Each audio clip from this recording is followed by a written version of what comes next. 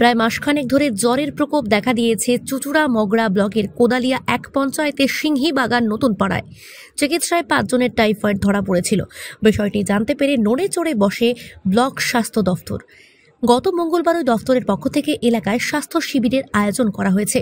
সেখানে আক্রান্তদের রক্তের নমুনা সংগ্রহ করা হয়েছিল। পানীয় জলের নমুনাও সংগ্রহ করে নাইসেডে পরীক্ষার জন্য পাঠানো হয়েছিল। জলের রিপোর্ট না এলেও রক্ত পরীক্ষায় 16 জনের টাইফয়েড এবং 1 জনের ডেঙ্গি ধরা পড়ল। বিষয়টিকে গুরুত্ব দিয়ে রবিবার ছুটির দিনেই এলাকায় যান মহকুমা শাসক স্মিতা সান্যাল শুক্ল, ছিলেন জেলা পরিষদের কর্মাধ্যক্ষ মৎস্য ও প্রাণী বিভাগের নির্মাল্য চক্রবর্তী, পঞ্চায়েত সমিতির কর্মাধ্যক্ষ স্বাস্থ্যর তনুশ্রী চট্টোপাধ্যায়, পঞ্চায়েত প্রধান সুকান্ত কুমার ঘোষ প্রমুখ। মহকুমা শাসক বলেন, আশা করছি 2 থেকে 3 দিনের মধ্যে পানীয় জল পরীক্ষার রিপোর্ট হাতে চলে আসবে। আক্রান্তদের বাড়িতে রেখেই চিকিৎসা চলছে। তনুশ্রী বলেন, নাইসেডের রিপোর্ট এলে সেই মতো ব্যবস্থা নেওয়া হবে। তো ডেঙ্গি মানে দুটোর বিষয়ের উপরেই আপনারা জোর দিচ্ছেন। একটা তো ডেঙ্গি ধরা পড়েছে, ডেঙ্গি ছড়াতে তো সময় লাগে না। ডেঙ্গি আশা করি বেশি ছড়াতে পারবে না, আমরা সেরকমই প্রিকশন নিচ্ছি। ক্লিনিকের উপর আমরা খুবই জোর দিচ্ছি।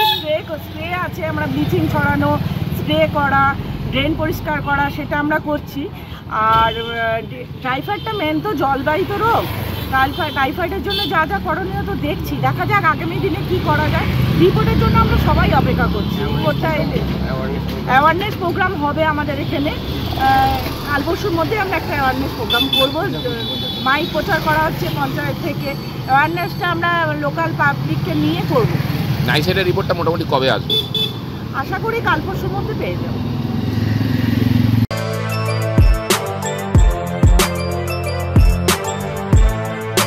এখন অনেক বড় শ্রী লেদার্স হাওড়া ময়দান।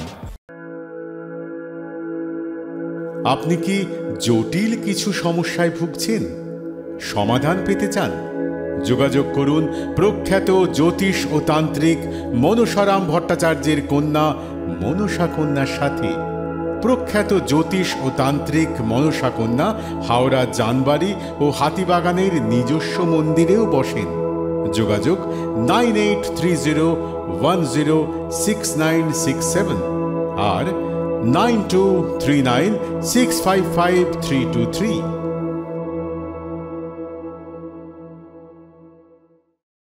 কলার তুলে নয়, বুক চিতিয়ে চলা।